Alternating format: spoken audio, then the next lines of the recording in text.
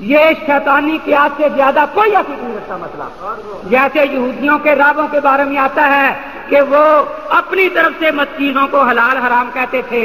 جو کہتا ہے تقلید شخصی حرام ہے، قرآن جس کا نام لیتا ہے وہ ہے یہودی رابوں کا مقلد. یہودی راب کہا کرتے تھے جو خدا جس کو حرام نہیں کہتا تو اس کو حرام کہتے تھے. یہ ہیں اتخذوا احبارهم ورهبانهم کے مثال. چور پکڑا گیا یا نہیں پکڑا گیا؟ دیکھو کتنی جلدی پکڑا گیا. مقلدین کے پاس تقلید شخصی کا کوئی ثبوت نہیں، کیونکہ تقلید شخصی دین میں واجب یا سنت ہوتی تو خود ائمہ مجتہدین بھی تقلید کرتے. کیا سا بیوقوف قیاس کر رہا ہے. یہ ایسا ہی ہے کہ سنی مسلمانوں کے پاس نماز باجماعت میں امام کی تابع داری کا کوئی ثبوت نہیں. اگر امام کی تابع داری واجب ہوتی تو امام بھی مقتدی بن کے تابع داری کرتا. ایسا جاہل اور بے. ارے جس کو اتنا بھی پتہ نہیں میں دیکھ کے آ رہا ہوں، اسی کو کہتے ہیں شیطانی قیاس. دیکھو اب شیطانی قیاس کیسے کیسے آ رہے ہیں. ارے جب میں نے مسئلہ واضح کر دیا ہے کم کم وہی سن لیتا. امام کی جگہ ہوتا ہے مقتدی، مقتدی کی جگہ ہوتا ہے مجتہد کی جگہ ہے مقلد کی جگہ ہوتا ہے. اس کو اتنا بھی پتہ نہیں بیچارے کو. ایسا بیوقوف ہے. اب امام کی تابع داری نماز میں واجب ہے یا نہیں جی؟ اب کوئی یہ کہے کہ اگر تابع داری واجب ہے تو امام کیوں نہیں کر رہا، اس کو آپ جاہل سمجھیں گے جی؟ جاہل مرکب ہے، یعنی اس کو یہ بھی نہیں پتا میں جاہل ہوں. اس جہالت پر اپنے آپ کو شیخ الحدیث کہتا ہے. اور جناب لوگ پھر بڑے سر دھلتے ہیں جی. بڑا قرآن حدیث سنایا جی، بڑا قرآن حدیث سنایا جی مولوی صاحب نے. قرآن حدیث لکھ کے بھیجا، یہ قرآن حدیث ہے ان کا. آگے کہتے ہیں مقلدین کی بد نصیبی ہے، وہ قرآن و حدیث سے استدلال نہیں کر سکتے، بلکہ ان پر لازم ہے کہ صرف اپنے امام کی پیروی کرتے ہیں. کما سرہ فی الہدایہ فی کتاب الصوم التقریر للترمذی. عبارت لے کے بھیجا. جھوٹ، میں نے کہا کہ جھوٹ بولنا ان کے مذہب کی سب سے بڑی نشانی ہے. میں پوچھتا ہوں کہ اگر حنفی قرآن و حدیث سے استدلال نہیں کر سکتا، ارے تم نے قرآن پڑھا کن سے ہے؟ پہلا غیر مقلد بتاؤ کون ہے؟ تم نے تو قرآن ہی حنفیوں سے پڑھا ہے. اگر حنفی قرآن یہاں نہ لاتے تم کہاں سے قرآن لیتے؟ تم نے حدیث پڑھی کہاں سے ہے؟ اپنے بڑے شیخ الحدیثوں کی سند لاؤ میرے سامنے. وہ جلتی چلتی جاتی ہے نذیر حسین تک. نذیر حسین شاگرد ہے شاہ اسحاق دہلوی کا، یہ ان کے کہنے سے بتا. وہ حنفی. شاہ اسحاق شاگرد ہے شاہ عبدالعزیز کا، وہ حنفی. شاہ عبدالعزیز شاگرد ہے شاہ ولی اللہ کا، وہ حنفی. اور شاہ ولی اللہ سے سند جاتی ہے مکے مدینے کو.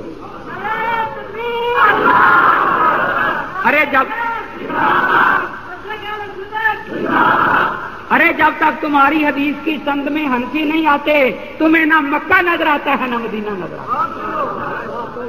اور تم لوگوں کو کہتے ہو ہم مکے مدینے والے.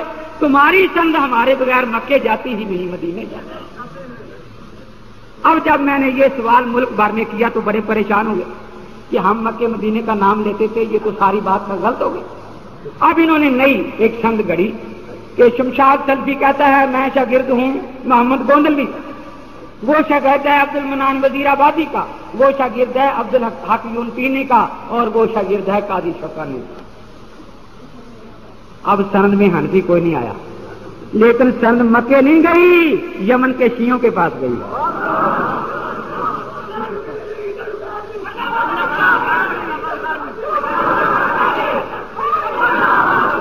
اب پتہ لگا کہ ہیں کہاں کے اصلی گھر. اب پتہ چلا نا. اب ان کی سند گئی ہے یمن کے زیدی شیعہ کے پاس، چوکانی امیر یمانی کے پاس سند جا رہی ہے. یہ ہے جن کی سندیں وہاں تک پہنچ رہی ہیں. اور وہاں ہماری اس عبارت کو لکھو کہ وہاں کیا لکھا. وہاں صرف یہ بات لکھی ہوئی ہے ہدایہ وغیرہ میں کہ وہ آدمی جس کو عام آدمی حدیث کے بارے میں کچھ علم نہیں کہ صحیح ہے یا ضعیف ہے، ناسخ ہے یا منسوخ ہے، اس کو کوئی منسوخ حدیث ملے وہ اس پر عمل کر سکتا ہے یا نہیں. تو ہم کہتے ہیں کہ علماء سے تحقیق کرنی چاہیے یا نہیں. میں آپ کو بتاتا ہوں، اگر کوئی آپ کو بخاری کی حدیث رافضی دکھا دے جس میں یہ لکھا ہے کہ کچھ صحابی آ رہے تھے صحابی اور وہ صحابہ کی مذمت اس سے نکالنا چاہے تو آپ صحابہ کو برا بلا کہنا شروع کریں گے یا شیخ الحدیث کے ساتھ پاس چلے جائیں گے کہ ذرا مطلب سمجھا دو؟ تو شیخ الحدیث کے پاس مطلب سمجھنے کے جانے کے آپ کافر ہو جائیں گے جی؟ ارے ان کا ایک غیر مقلد آیا، میں نے 20 حدیثیں سنائی رفع جان نہ کرنے کی، میں نے کہا مان لو، سنتا تھا کہتا تھا سمینا واسینا، سن لیا مانتا نہیں نبی کی حدیث۔ آخر میں لوگوں نے پوچھا کیا کرے گا؟ کہتا اپنے مولوی سے اجازت لوں گا جا کر کہ نبی کی ان حدیثوں پر عمل کروں یا نہ کروں۔ ارے اس پر فتویٰ لگاؤ، تمہارے بھی سارے آتے ہیں۔ اب میں نے آیت حدیث سنائی ہے نا، جراح صلی اللہ کے بارے میں سنائی ہے یا نہیں؟ ایک غیر مقلد یہاں بیٹھا ہوا نہیں اٹھا کہ میں ایمان لے آیا اور قرآن کو مان لیا اور حدیث کو مان لیا، اٹھا؟ اگر یہ قرآن حدیث کو مانتے تو یہ حدیث صحیح جو میں نے پیش کی تھی، ان کے کہنے کے مطابق عدالت کا فیصلہ بھی پیش کر دیا کہ حدیث صحیح ہے، لیکن کسی غیر مقلد کو یہ جرت ہوئی وہ اٹھ کر کہتا کہ میں یہ سوال قرآن پر مبنی ہے، حدیث پر مبنی ہے، شیطانی قیاس پر مبنی ہے۔ کس پر مبنی ہے؟ اللہ کے نبی سچ فرما گئے ہیں فقیہ واحد اشد علی الشیطان من، جنگ شروع ہو گئی ہے، ایک طرف فقیہ ہے ایک طرف شیطان ہے۔ اب شیطان فقہا کے خلاف وسوسے پیدا کر رہا ہے۔ آگے ہے کیا تقلید کا لفظ قرآن حدیث میں جانوروں کے علاوہ کبھی انسانوں کے لیے بھی استعمال ہوا ہے؟ ہرگز نہیں، یا کہتا سینہ زوری ہے، تحکم بلا دلیل ہے، فاتوا ببرہان من اللہ ورسولہ ان کنتم صادقین۔ جی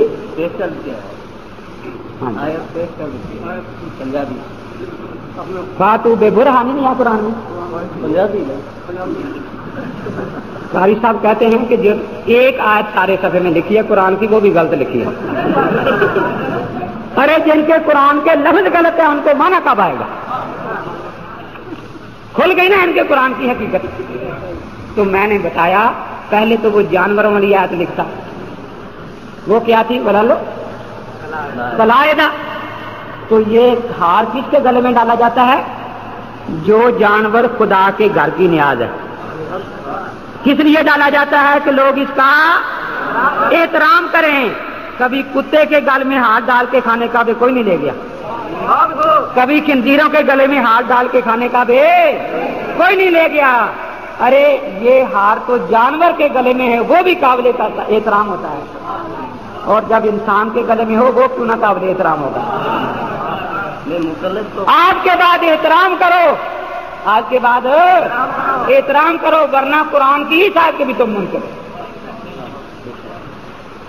ایک مناظرے میں حافظ صاحب کہنے لگے تقلید کسے کہتے ہیں؟ تقلید پٹے کو کہتے ہیں، پٹے کو، پٹے کو کس کو کہتے ہیں؟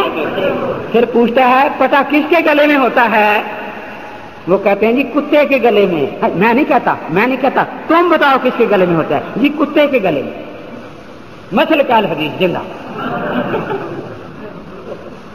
میں اٹھا، میں نے کہا کہ تقلید کا معنی پٹا بھی ہے، ہم اس کا انکار نہیں کرتے، لیکن تقدیر کا معنی ہار بھی ہے۔ تقدیر کا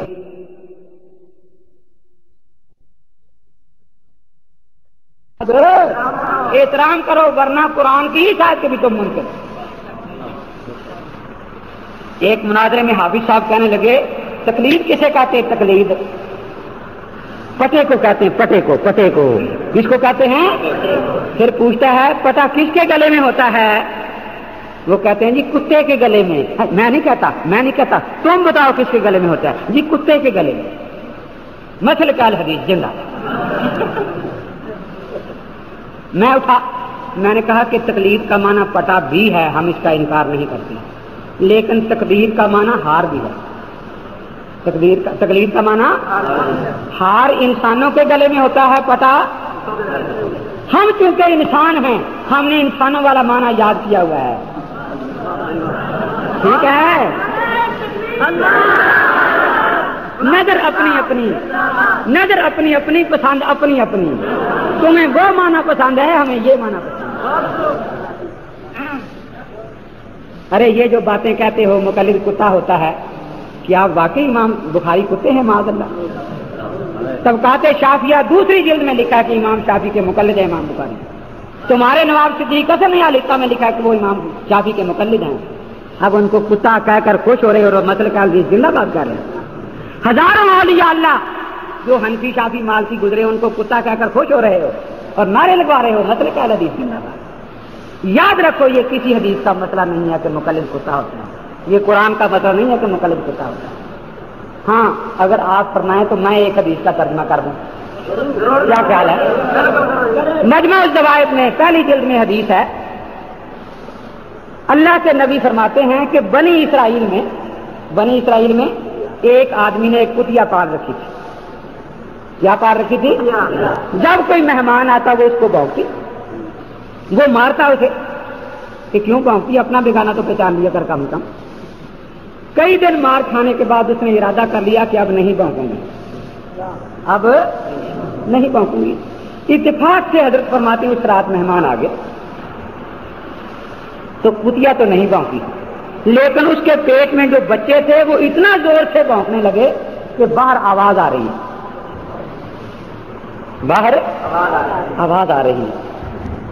صحابہ نے حضرت پاک سے پوچھا کہ حضرت اس مثال کا مقصد کیا ہے؟ غور سے سنیں. اللہ کے نبی فرماتے ہیں میری امت کا جب آخری زمانہ آئے گا تو کچھ سفہا میری امت کے علماء کو بھونکا کریں گے. اللہ کے نبی کا فرمان ہے. اب آپ کو پتا ہے صاحب ہدایت کو کون بھونکتا ہے, ابو حنیفہ کو کون بھونکتا ہے, امام محمد کو کون بھونکتا ہے؟ یہ علماء ہیں یا نہیں؟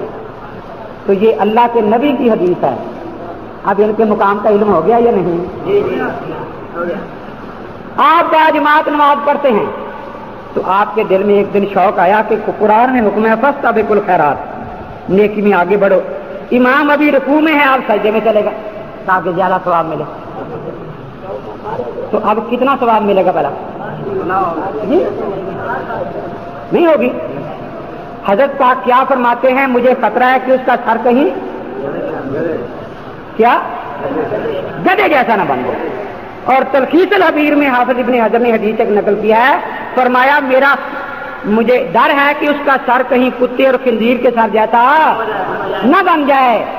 اب امام کی مخالفت کرنے والے کو گدھا کون کہہ رہا ہے؟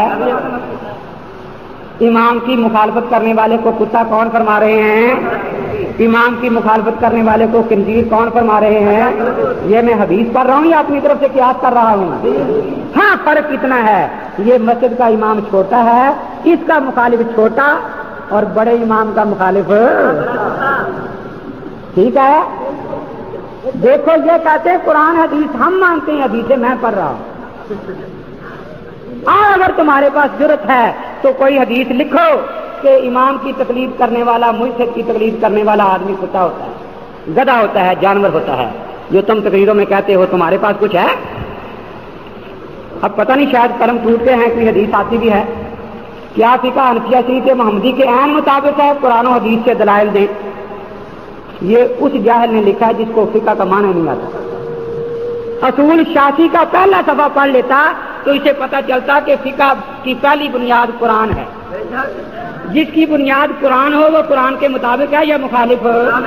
اس کے دوسری بنیاد سنت ہے. جس کی بنیاد سنت ہو وہ سنت کے موافق ہے یا مخالف ہو؟ اس کی تیسری بنیاد اجماع امت ہے. قرآن اور حدیث کہتے ہیں جو اجماع کا منکر ہے وہ دوزی ہے. یہ فیصلہ قرآن و حدیث کا ہے.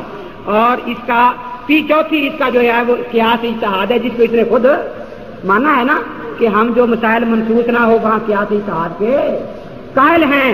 اور فقہا نے لکھا ہے, علماء نے, کہ شاہ ولی اللہ لکھتے ہیں کہ جو شرعی قیاس کا منکر ہے وہ بدعتی ہے, اس کا ووٹ کینسل ہے. فقہ الجید میں شاہ ولی اللہ فرماتے ہیں دین صرف قرآن و حدیث کا نام ہے, اس کے علاوہ کوئی کتاب یا کسی چیز کا نام دین ہے.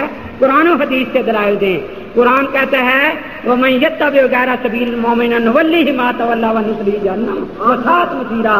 جو اجماع کو نہیں مانتا وہ دوزخی ہے.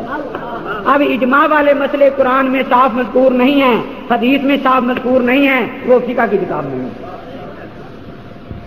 قرآن کہتا ہے الذین یستنبطونہ منہم, جو استنباط اور اجتہاد کر سکتے ہیں ان سے مسئلہ پوچھو. یہ قرآن کہتا ہے یا نہیں؟ تو وہ مسئلے کہاں ہیں؟ تم بھی قیاس کو مانتے ہو، تمہارے وہ مسئلے کہاں ہیں؟ وہ فقہ میں ہی ہوتے ہیں اور کہاں ہوتے ہیں؟ اشتہار میں آپ کے نام کے ساتھ سابق غیر مقلد لکھا ہے، آپ کب جماعت حدیث کے ساتھ تھے؟ میں 18 سال غیر مقلد رہا ہوں۔ آپ نے کتنا عرصہ جماعت حدیث کی امامت کرائی ہے؟ امام نہیں تھا میں۔ قرآن مجید کو ہاتھ میں اٹھا کر جواب دیں، میں قسم کھا کے کہتا ہوں کہ غیر مقلد رہا ہوں، لیکن میری قسم حافظ عبد القادر کی طرح جھوٹی نہیں ہے۔ وہ قرآن ہاتھ میں لے کر کہتا ہے قرآن کی قسمیں ہنسیوں کی نماز نہیں ہوتی، ہنسیوں کی نماز نہیں ہوتی۔ کیا واقعی سابق اہل حدیث ہیں؟ اب نہیں، میں پہلے غیر مقلد رہا ہوں، اب میں غیر مقلد نہیں، اہل سنت والجماعت ہوں۔ اب یہ پرچہ دیں بھائی۔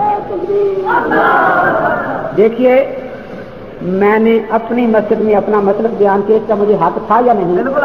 اب یہ جو پرچہ آیا ہے، پہلا مسئلہ یہ اس میں لکھا ہوا ہے کہ اگر اجرت پر کسی عورت کو لے کر زنا کیا اور اس سے زنا ہوا تو امام ابو حنیفہ کے قول میں اس پر حد نہیں ہے، یہ انہوں نے لکھا ہے۔ امام صاحب رحمۃ اللہ علیہ کی آگے بات نہیں لکھی، پہلے یہ سمجھیں کہ حد نہ ہونے کا مطلب کیا ہے۔ یہ وہ عبارت ہے جو شمشاد سلفی نے راول پنڈی کے مناظرے میں پہلے پیش کی۔ میں نے کہا مرزا قادیانی ایک مسئلہ بیان کرنے میں ایک بے ایمانی کرتا ہے تو انہیں 5 بے ایمانیاں کی۔ پہلی تو یہ کہ حد نہ ہونے کا مطلب یہ لوگوں کو کہتے ہیں جائز ہے، یہی غلط ہے۔ ابن ماجہ حدیث کی کتاب ہے، فقہ کی کتاب ہے، ترمذی حدیث کی کتاب ہے، فقہ کی کتاب ہے، اس میں لکھا ہے من اتی بہیمۃ فلا حد علیہ، جو جانور سے بدفعلی کرے یا کروائے اس پر حد نہیں۔ تو یہ فقہ کو چھوڑا ہے انہوں نے، تو حدیث پر ذرا عمل کرتے ہیں یا نہیں؟ کیا خیال ہے؟ ذرا کمار اپنا گدھا سنبھال کے رکھا کریں، ایسا نہ کوئی لے جائے عمل کرنے کے لیے۔ من اتی بہیمۃ فلا حد علیہ کا عمل کرنے کے لیے، تو کیا وہاں بھی اس عبارت کا یہ معنی کرتے ہیں کہ جائز ہے؟ دیکھو حد نہ ہونے کا یہ معنی نہیں ہوتا کہ جائز ہے۔ شریعت میں سزائیں 2 طرح کی ہیں، ایک حد اور ایک قیاس، تعزیر، ایک حد اور ایک۔ جہاں حد ثابت ہو جاتی ہے کسی شبے وہاں تعزیر لگتی ہے۔ دیکھو میں ایک مثال آپ کو دیتا ہوں۔ 2 بھائی جا رہے ہیں، ان کے ساتھ ان کی بہن ہے، راستے میں گنڈوں نے اس لڑکی کو اٹھا لیا اور سامنے بدفعلی کی۔ اب یہ 2 عدالت میں آ کر رو رہے ہیں، یہ زنا ہوا یا نہیں ہوا؟ حد لگ سکتی اس پر؟ کیوں؟ گواہ 4 چاہیے، گواہ اس زنا پر حد ہے، یہ جائز ہو گیا۔ اب فقہ کیا کہتی ہے؟ وہ کہتی ہے اگر تم 2 نے جا کر زنا کے لفظ سے دعویٰ دائر کیا تو ان کو حد نہیں لگے گی، تمہیں حد قذف لگ جائے گی، 80 کوڑے۔ اب تم زنا کے ساتھ وہاں درخواست نہ دو جاؤ، زنا کا لفظ چھوڑ کر بدکاری وغیرہ کا لفظ لکھ کر درخواست دے دو، اب 2 کی گواہی قبول ہو جائے گی، اب حد نہیں، ان کو تعزیر لگے گی۔ اور تعزیر اور حد میں یہ فرق ہے، حد ایک ہی سزا لگ سکتی ہے، 2 سزائیں۔ تعزیر جو ہے اس میں اگر 2 کوڑے کم کیے جائیں گے تو 10 سال قید کی سزا بھی دی جا سکتی ہے، 10,000 روپے جرمانہ بھی۔ پھر حد کا کوڑا لکھا ہے یہاں سے اٹھا کر مارو، اور تعزیر کا کوڑا یہاں سے اٹھا کر مارو۔ تو اب یہ کہتے ہیں صرف حد کو مانو تعزیر کو نہ مانو، یہ سارے مفتی مل کر 25 سال والے اب ان کو سزا دلوا سکتے ہیں؟ نہیں دلا سکتے۔ فقہ کہتی ہے کہ اس پر اب حد نہیں لگ سکتی، حد نہیں لگ سکتی، لیکن اس کو تعزیر لگواؤ، اس کو تعزیر۔ تو اب فقہ بدماشوں کو چھوڑتی ہے یا پکڑتی ہے؟ یہ اگر تعزیر کا انکار کرتے ہیں اس کے ثبوت میں شبہ ہو گیا ہے۔ اللہ کے نبی فرماتے ہیں کہ شبہ ہو جائے تو حد ساکت ہو جائے اور تعزیر واجب ہو جاتی ہے۔ تو اب یہ جو اعتراض ہے یہ بلا ہوا کیسے؟ پہلے سوچنا تو چاہیے۔ یہ مسئلہ قاضی خان وغیرہ کے حوالے سے اس نے دیا ہے، شافعی اعتراض کر سکتے تھے یا نہیں؟ حنبلی، مالکی، انہوں نے کیا، انہوں نے کیوں کیا؟ بات اصل میں یہ ہوئی جب یہ فرقہ نیا بنا تو انہوں نے امیر لوگوں کو قریب کرنے کے لیے متع کے جائز ہونے کا فتویٰ دے دیا۔ نوز الابرار من فقہ النبی المختار، کہ اللہ کے نبی کی فقہ ہے، وہاں قرآن کی آیت سے جس سے شیعہ استدلال کرتے ہیں انہوں نے متع کا لائسنس دے دیا۔ اب ہوا کیا جناب؟ اب جناب ان کے مذہب کے ہو متع کوئی کتبے لے کر پھرنے لگی، آگا متع میں کا ہی قرآنی لائسنس ہمارے پاس ہے۔ اب دنیا میں شور مچا کہ یہ فرقہ کہاں سے آ گیا ہے، گھر گھر چکلا بن رہا ہے، متع کی کھلی چھٹی دے دی گئی ہے۔ انہوں نے سوچا کہ حنفیوں پر کوئی اعتراض کر دو، وہ جواب میں لگ جائیں گے، ہمارا کام چلتا رہے گا۔ اب انہوں نے یہ اعتراض کیا، اس میں امام صاحب کا استدلال یہ ہے کہ مہر کو قرآن نے اجر کہا ہے، کہا یا نہیں کہا؟ یہ اجر کا لفظ جو ہے اس کا ذرا کہا، یہ شبہ بن گیا۔ اب اس سے زنا کی حد ٹل جائے گی، لیکن تعزیر کیا لگے گی؟ دونوں کو عمر قید کیا جائے گا، اور حد کے کوڑے نہیں مارے جائیں گے، اس سے 2-4 کوڑے کم، کوڑے بھی مارے جائیں گے، عمر قید کیا جائے گا، جب تک ان کی توبہ کا پکا یقین نہ ہو ان کو چھوڑا۔ اب یہ جو اگلی سزا ہے یہ بیان کر دیتے تو پھر کسی عام آدمی کو شبہ ہوتا مسئلے میں۔ انہوں نے یہ اس لیے بیان نہیں کی کہ اگر یہ سزا قید والی بھی ساتھ ہو گئی تو ہم نے جن کو متع کا لائسنس دیا ہے وہ ساری قید ہو جائیں گی، تو ہمارا کاروبار تو پھر ختم ہو گیا۔ اب دیکھیے، حد نہ ہونے کا یہ معنی نہیں ہوتا کہ جائز ہے۔ میں نے سلفی سے پوچھا وہاں مناظرے میں، میں نے کہا شراب پینے والے پر کتنے کوڑے حد ہے؟ 80۔ کتنے کوڑے حد ہے؟ میں نے کہا کوئی پیشاب پیے تو کتنے کوڑے حد ہے؟ یا حدیث سے حد دکھاؤ یا پیشاب پی کے دکھاؤ آج، کیونکہ تم لوگوں کو کہتے ہو کہ حد نہ ہونے کا معنی ہے جائز، یہی کہتے ہیں نا لوگوں کو۔ میں نے کہا پخانہ کھانے پر کتنے کوڑے حد ہے؟ ذرا اس کی حدیث سناؤ یا آج کھا کے دکھاؤ۔ خنزیر کھانے پر کتنے کوڑے حد ہے؟ اگر کوئی مر نہیں گیا زندہ ہے تو مجھے حدیث لکھ کے بھیجے، اگر حدیث نہیں تو خنزیر کھانے کو جائز لکھے، کیونکہ حدیث میں اس پر حد نہیں ہے۔ اگر فقہ کی تعزیرات کو نہ مانو گے تو تمہیں کتنے گناہ جائز کرنے پڑیں گے؟ 5,000 جائز کرنے پڑیں گے۔ یہ کسی کو پکڑ ہی نہیں سکتے۔ اس طرح لکھا ہے کسی نے ایسی عورت سے نکاح کر لیا جس سے نکاح جائز نہیں تھا، اس سے صحبت کی، تو امام صاحب کہتے اس پر حد نہیں۔ اگر ان کو فقہ آتی ہوتی، ہمارا اصل میں مسئلہ یہ ہے کہ نکاح کرنا ماں بہن سے بعد کی بات ہے، صرف اتنا کہہ دے کہ نکاح جائز ہے، اسی وقت وہ مرتد ہو جاتا ہے، واجب القتل ہو جاتا ہے۔ طحاوی ہماری حدیثی کتاب میں یہ مسئلہ موجود ہے، فتح القدیر فقہ کی کتاب میں یہ مسئلہ موجود ہے۔ اب ہمارا اور ان کا اختلاف مسئلے میں کیا ہے؟ ہم کہتے ہیں وہ مرتد ہے اس کو قتل کرو، یہ کہتے ہیں نہیں وہ مسلمان ہے اس کو زنا کی حد لگاؤ۔ میں آپ سے پوچھتا ہوں، ماں سے نکاح کو جائز کرنے والا مسلمان ہے؟ یہ اسے مسلمان مانتے ہیں، ہم اسے مرتد ہے۔ یہاں اس نے یہ لکھا حد نہیں، آگے سزا کتنی تھی وہ نہیں لکھی۔ درر مختار میں لکھا ہے وَيَكُونُ التَّعْذِيرُ بِالْقَتْلِ كَمَنْ وَجَدَ رَجُلًا مَعَ امْرَأَةٍ لَا يَحِلُّ لَهُ، کہ ہمارے ہاں قتل کی سزا اس کے لیے ہے ایسے آدمی عورت کے ساتھ پایا گیا جو آدمی صحبت کرتا جو اس کے لیے حلال نہیں تھی، اس کو قتل کر دیا جائے۔ تو ہماری سزا تو ابو داؤد کی حدیث سے ثابت ہے، حضرت نے بھی ایسے آدمی کے قتل کا حکم دیا۔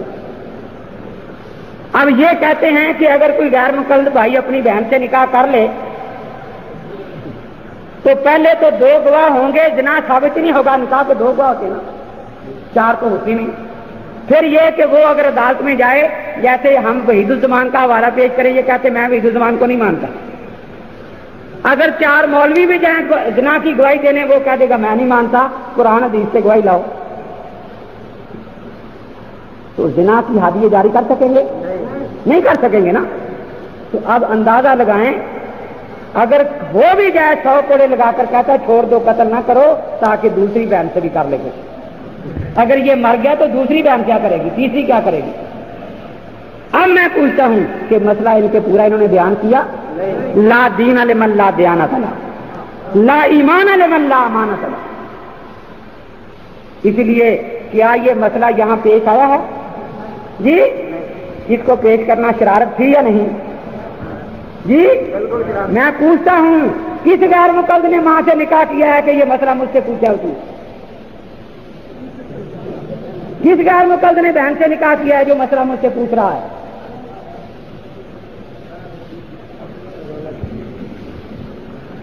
آگے پھر مسئلہ لکھا ہے تیسرا کہ اگر قرآن پاک کو دیکھ کر پڑھے نماز اس سے تو نماز فاسد ہو جائے گی، اور کی شرمگاہ کو دیکھے تو نماز فاسد نہیں ہوگی، لأن الاول تعلیم و تعلم فی حالت ثانی۔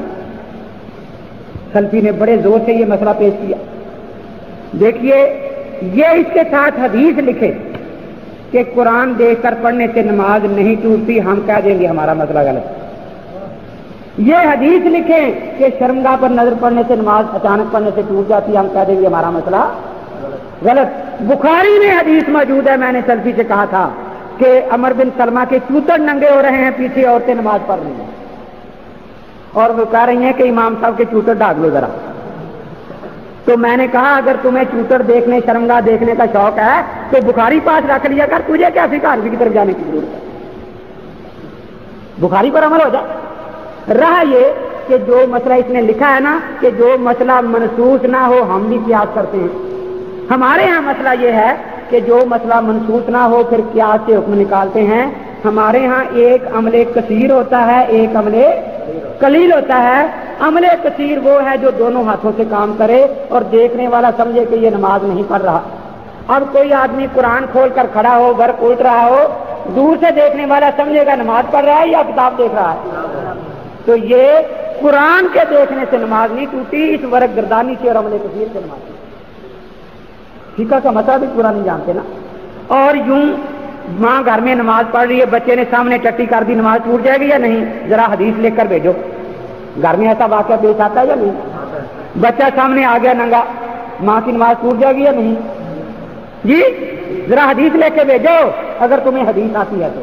ارے بخاری کی حدیث ہے کہ عمر بن سلمہ ننگے چوتر کے نماز سنا رہا ہے اور نماز دہرانے کا حکم۔ تو یہ یوں اچانک نظر اٹھنا عمل کثیر نہیں، عمل قلیل ہے۔ پھر مسئلہ دیکھیں فقہ حنفی کا کیا ہے۔ فقہ حنفی شیخ الحدیث صاحب تشریف فرما ہیں، حدیثیں دو قسم کی بخاری میں آتی ہیں، ایک ہے کہ عورت سامنے سے گزرے نماز ٹوٹ جاتی ہے، ایک ہے تو گزرے نماز نہیں ٹوٹتی۔ ہمارے علماء اس کی شرح میں بیان کرتے ہیں، ہمارے علماء نے لکھا ہے کہ عورت کپڑے پہن کر بھی سامنے سے گزر جائے تو نماز کے خشوع میں فرق آ جاتا ہے۔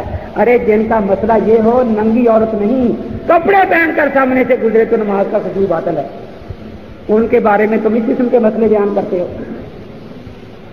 اس کے آگے مسئلہ یہ لکھا ہے کہ اگر جسم پر اگر یہ نقصیر جاری ہو فاتحہ خون سے پیشانی پر لکھ لی جائے للاستشفاء وبالبول اذن ان علم فی شفاء لا باس بہ شامی۔ ہم نے پڑھا تھا کہ جب ملائے اعلیٰ کی میٹنگ ہوتی ہے نا تو شیطان درمیان سے تھوڑی سی بات اچھلتا ہے اور بہت سے جھوٹ ملا کر آگے بیان کرتا ہے۔ یہی کام اس شیطان نے کیا ہے۔ وہاں اوپر عنوان ہے تداوی بالمحرم کہ جتنا خنزیر حرام ہے اسلام میں، جتنا مردار حرام ہے، جتنی شراب حرام ہے، اتنا ہی نجاست سے کتاب قرآن لکھنا حرام ہے۔ بلکہ شامی کی تیسری جلد کتاب المرتد میں لکھا ہے کہ جو نجاست پر قرآن رکھ دے وہ مرتد ہے، واجب القتل ہے۔ یہ ہے ہمارا مسئلہ۔ اب قرآن میں خنزیر کو حلال لکھا ہے یا حرام لکھا ہے؟ مردار کو حلال لکھا ہے یا حرام لکھا ہے؟ عیسائی قرآن کے دشمن ہیں یا نہیں؟ لیکن آج تک عیسائیوں سے مناظرے کیے، عیسائیوں میں اتنا بے حیا کوئی آدمی نہیں نکلا جتنا غیر مقلد ہے۔ کبھی کسی عیسائی نے یہ نہیں کہا کہ قرآن میں خنزیر کو حلال لکھا ہے، کبھی کسی یہودی نے یہ نہیں کہا کہ قرآن میں مردار کو حلال، لیکن آگے اضطراری حالت میں اجازت دی ہے یا نہیں دی؟ اضطرار کا مسئلہ اور اختیار کے مسئلے کا فرق ہوتا ہے یا نہیں ہوتا؟ شامی میں یہی لکھا ہے، وہاں پہلے حدیث بخاری کی نقل کی ہے کہ اللہ کے نبی نے کچھ لوگوں کو اونٹوں کا پیشاب پینے کا حکم دیا تھا۔ یہ حدیث کی کتاب کی ہے؟ بخاری کی۔ علاج کے لیے کہتے ہیں تھا، اب بھی کیا علاج حرام سے جائز ہے یا؟ علامہ شامی لکھتے ہیں ہمارے تینوں امام کہتے ہیں جائز نہیں، اس لیے یہ بھی جائز نہیں۔ ولم ينقل یہ بھی نہیں نقل کیا گیا کہ اس طرح لکھنے سے نقصیر بند ہو جاتی ہے، کبھی کسی نے بیان کیا ہی نہیں۔ اب اندازہ لگائیں کہ ہمارے ہاں یہ کفر ہے۔ اگلا مسئلہ یہ ہے کہ جس حالت میں جان بچانے کے لیے کفر کا کلمہ کہنے کی اسلام اجازت دیتا ہے کہ ایسی حالت میں اس کی گنجائش ہے یا نہیں؟ یہ کہتے ہیں ہمارے تینوں امام منع کرتے ہیں. اور آگے لکھا ہے قال ابو بکر صاحب قیلا یجوز و قیلا لا یجوز. اب یہ قیلا کس کا قول ہے؟ قال ابو حنیفہ نہیں، قال محمد نہیں، قال شافعی نہیں، قیلا سے غیر مقلد کا قول بیان کیا جاتا ہے کہ جس کے قائل کا پتہ ہی، کیونکہ ان کے یہاں حلال جانوروں کا پیشاب پاک ہے.